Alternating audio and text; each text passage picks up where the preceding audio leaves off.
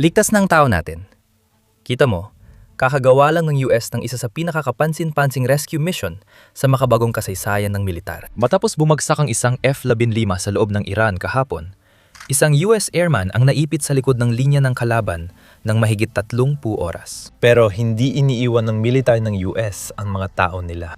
Kaya naman, sa isang nakakabiglang operasyon na parang eksena sa pelikula ng Hollywood, naglunsad ang CIA ng isang malawakang kampanya ng psikolohikal na panlilinlang para tuluyang bulagin ng IRGC. Pagkatapos, binuksan nilang daan para sa mga piling unit ng US Special Forces na magsagawa ng isang matapang na pagsalakay sa kalagitnaan ng gabi.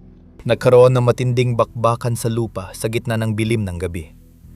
Nalipol ang 12-12 ng kalaban at nabawi ang tao natin. Magkakaroon ng mga libro tungkol dito. May mga pelikula tungkol dito. Pero pinakita ng militar ng US sa mundo na ang walang iwanan ay hindi lang basta kasabihan. Ito ay isang bagay na isinasabuhay ng bawat sundalo. Bago talakayin kung paano nilinlang ng CIA ang IRGC sa kanilang deception campaign, alamin muna natin ang detalye ng rescue operation. Pakinggan ito. Ayon ito sa dalawang mataas na opisyal ng US at ilang source na may direktang kaalaman sa rehiyon. Ang Weapon Systems Officer, ayon sa sinabi sa amin, ay nag-eject kasama ng piloto nang bumagsak ang kanilang F-15E Strike Eagle. Lumipad sila at tinamaan nung Huwebes ng gabi. Sa nakalipas na 48 oras, nagkaroon ng manhunt para sa Weapon Systems Officer na gumamit ng survival, evasion, resistance at escape training upang makaiwas sa pagkakahuli. Nagtago siya sa isang mataas na gulod matapos lumayo sa bumagsak na eroplano at magpadala ng emergency beacon. Pero inabot ng 2 araw bago siya marating ng mga rescue team dahil napakaraming Iranian na nagtangkang mauna sa kanya. Nag-alok ang Iran ng gantimpala para sa sinumang makakahanap sa Amerikano. Naiintindihan ko na nagkaroon ng matinding bakbakan at ilang mga sasakyang panghimpapawid ang kinailangang sirain. Iniulat namin noong Biyernes na 2 helicopter na bahagi ng pagsagip ang tinamaan at ilan sa mga crew ng mga helicopter na iyon ay nasugatan. Mas marami na tayong detalye tungkol sa A-10 Warthog na bumagsak sa Kuwait noong Biyernes na bahagi ng rescue mission. Nagbibigay ito ng cover at nagpapaputok ng suppressive fire para subukang ilayo ang mga tao mula sa bumagsak na eroplano, pati na rin para protektahan ang mga tauhang panghimpapawid. Sino ang nagtatago doon? Alam na natin na yon na ito pala ay mataas na gulod.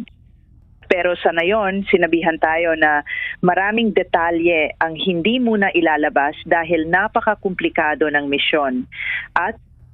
Pero maari na naming iulat na yon na parehong ligtas na nakalabas ng Iran ang pangalawang miyembro ng tripulante ng F-15E at lahat ng rescue teams. Ngayon, gaya ng alam ninyo, matapos bumagsak ang F-15, naghiwalay ang piloto at weapon systems officer habang nagpaparachute pababa. Sa kabutihang palad, agad naligtas ang piloto ilang oras matapos bumagsak ang jet. Ngunit hindi agad natunto ng militar ang isa pang airman. Kaya naman naging pangunahing prioridad ng bawat isa na kasali sa Operation Epic Fury ang mahanap siya. Pistola L ang sandata ng taong ito para ipagtanggol ang sarili. Kaya sa nakalipas na 48 oras lahat ng resources ay inilalaan para masiguradong mahanap namin siya at mailabas siya. Alam na natin ngayon na ang dahilan kung bakit hindi namin siya agad natagpuan ay dahil naglakad siya palayo mula sa lugar ng aksidente na siguro ay may saysay. Malamang bahagi ito ng training na pinagdaanan niya. Iwasang lapitan ng bumagsak na jet dahil nakakaakit ito ng atensyon. Dapat niyang iwasan mahuli at lumayo sa anumang makatawag pansin. Kaya siya umakyat sa isang 7,000 talampakang gulod na kahanap ng bitak sa bundok. At doon siya nagtago hanggang nagsimula ang operasyon ng pagsagip. Doon, nakontak niya ang US military gamit ang emergency beacon at secure communication device. Ginamit niya ang device na ito para makipag-ugnayan sa mga puwersa ng pagsagip noong operasyon. Tulad ng alam niya na, naganap ang huling rescue mission noong Sabado ng gabi. At isa ito sa pinakakomplikadong operasyon sa kasaysayan ng US Special Forces. Bago natin talakayin ang rescue mission, pag-usapan muna natin ang ginawa ng CIA dahil mahalaga ang papel nila para hindi matuklasan ng IRGC forces ang taguan ng tao natin. Ngayon, paalala lang, kung bago ka sa channel, siguraduhing pindutin ang like at subscribe button sa ibaba. Malaking tulong talaga yon sa amin. Pero, simulan na natin ang ulat na ito. Ayon sa isang mataas na opisyal ni Trump sa Axios, bago natagpuan ng Weapon Systems Officer at sinimulan ng pagsagit ng militar ng US, nauna nang naglunsad ng pandilinlang ang CIA. Ipinakalat nila ang balita sa loob ng Iran na natagpuan na ng mga puwersa ng US ang tao at inililipat na siya sa pamamagitan ng lupa para mailikas palabas ng bansa. Ayon sa opisyal, ginamit ng CIA ang kanilang natatanging kakayahan para hanapin at matagpuan ang Weapon Systems Officer na inilarawan bilang tunay na paghahanap ng karayom sa dayame. Pero sa pagkakataong ito, isang matapang na Amerikano ang nasa loob ng bitak ng bundok, hindi makikita, kundi dahil sa kakayahan ng CIA. Ayon sa opisyal, agad na ibinahagi ng CIA sa Pentagon ang eksaktong lokasyon ng piloto. Iniutos ng Pangulo ang agarang pagsagip na isinagawa ng Pentagon habang ang CIA ay nagbigay ng real-time na impormasyon para suportahan ng misyon. Pag-usapan natin ang misyong ito dahil nakakabaliw talaga.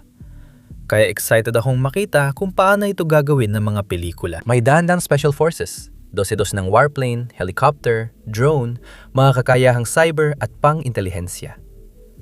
Ngayon, narito ang nakakaintrigang bahagi. Minomonitor na ng US attack aircraft at posibleng mga drone ang lugar ng taong ito.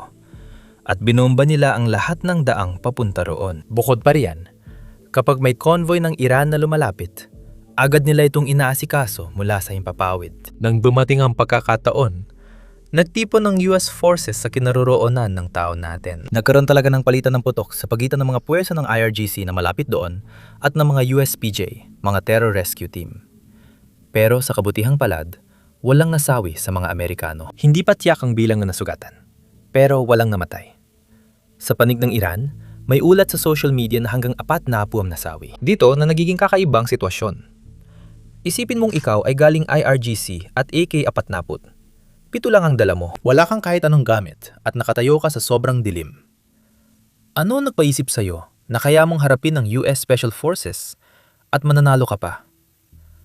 Pakiramdam ko dapat nanatili na lang sila sa bahay. Kahit ganon, napabagsak pa rin ng US Special Forces ang puwersa ng IRGC sa lugar. At pagkatapos, nailigtas nila ang opisyal at naibalik siya sa pansamantalang base na ginawa ng US para doon mag-landing at mag-take off ang mga eroplano. Pero dito napapasok ang twist. Pagkatapos mailigtas ang opisyal, yung 2 transport plane na nandoon na dapat sana ay magdadala pabalik sa mga komando at sa opisyal ay na-stuck sa buhangin.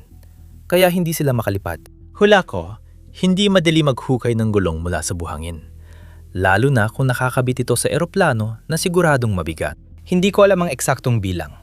Pero dito na kinailangang tumawag ang US Special Forces, Delta Forces, na nagdala ng 3 eroplano para ilikas lahat ng US personnel. At bukod pa ron, para pasabugin ang 2 sirang eroplano na naipit sa base na ito. Sa katunayan, dito makikita natin ang eroplano na nasusunog ng mag-umaga na sa Iran. Tingnan mo, ito ang mga larong lumabas habang nire-record ko ang video nitong Sabado ng gabi sa Texas. Ngayon, sabihin mo, matapos mong marinig lahat, hindi ba parang pelikula ang script nito? Malamang pelikula nakikita ng $1 billion.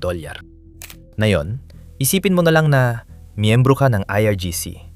Dahil malamang kabaliktaran ng nararamdaman natin ang nararamdaman nila. 5 linggo nang binobomba ng US Air Force ang kanilang mga base habang halos walang banta sa himpapawid. Matapos ang 5 linggong pambobomba, napabagsak din nila ang isang eroplano. Pagkatapos noon, pumasok ang Delta Forces at PJ sa Iran.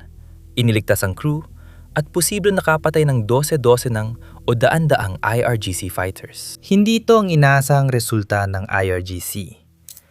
Heto ang pahayag ni Pangulong Trump matapos ang operasyon. Mahalagang tandaan mga kaibigan na hindi nagbigay ng press conference si Pangulong Trump sa nakaraang 48 oras. Mula nang bumagsak ang jet hanggang sa maligtas ang pangalawang crew member, ito ang kanyang pahayag matapos ang rescue mission. Nakuha na natin siya. Mga kababayan kong Amerikano, sa nakalipas na ilang oras, nagsagawa ang militar ng US ng isa sa pinakamapangahas na search and rescue operations sa kasaysayan ng bansa. Para sa ating crew member na opisyal at iginagalang na koronel, ikinagagala kong ipaalam na siya ay ligtas at nasa mabuting kalagayan. Ang matapang na mandirigmang ito ay nasa likod ng mga linya ng kaaway sa mapanganib na bundok ng Iran. Hinahabol ng kaaway na palapit bawat oras. Ngunit hindi siya kailanman nag-iisa. Dahil ang Commander-in-Chief, kalihim ng digmaan, tagapangulo ng Joint Chiefs of Staff at mga mandirigma, ay 24 na oras binabantayan ang kanyang kinaroroonan at aktibong pinaplano ang pagsagip sa kanya. Sa utos ko, nagpadala ang militar ng US ng 12-12 ng sasakyang panghimpapawid na may pinakamapanganib na sandata para sagipin siya. Nasugatan siya, pero magiging maayos siya. Ang kahangahangang search and rescue operation na ito ay dagdag sa matagumpay na pagsagip sa isa pang matapang na piloto kahapon na hindi agad kinumpirma para hindi malagay sa alanganin ang ikalawang rescue operation. Unang beses sa kasaysayan ng militar na 2 US piloto, nailigtas ng hiwalay sa kaloob-looban ng teritoryo ng kalaban. Hindi namin iiwan ang Amerikanong mandirigma. Ang nagawa nating 2 operasyon ng walang nasawi o nasugatang Amerikano ay muling nagpapatunay ng ating lubos na kontrol at malinaw na kalamangan sa impapawid ng Iran. Ito ay isang sandali na dapat ipagmalaki at pagkaisahan ng lahat ng Amerikano, mga Republikano, mga Demokrat at ng lahat ng iba pa. Mayroon tayong pinakamahusay at pinakaprofesional at pinakanakamamatay na militar sa kasaysayan ng mundo. Pagpalain ng Diyos ang Amerika at maligayang Pasko ng pagkabuhay sa lahat. Iyon lang para sa inyo. Kita-kits sa susunod na video.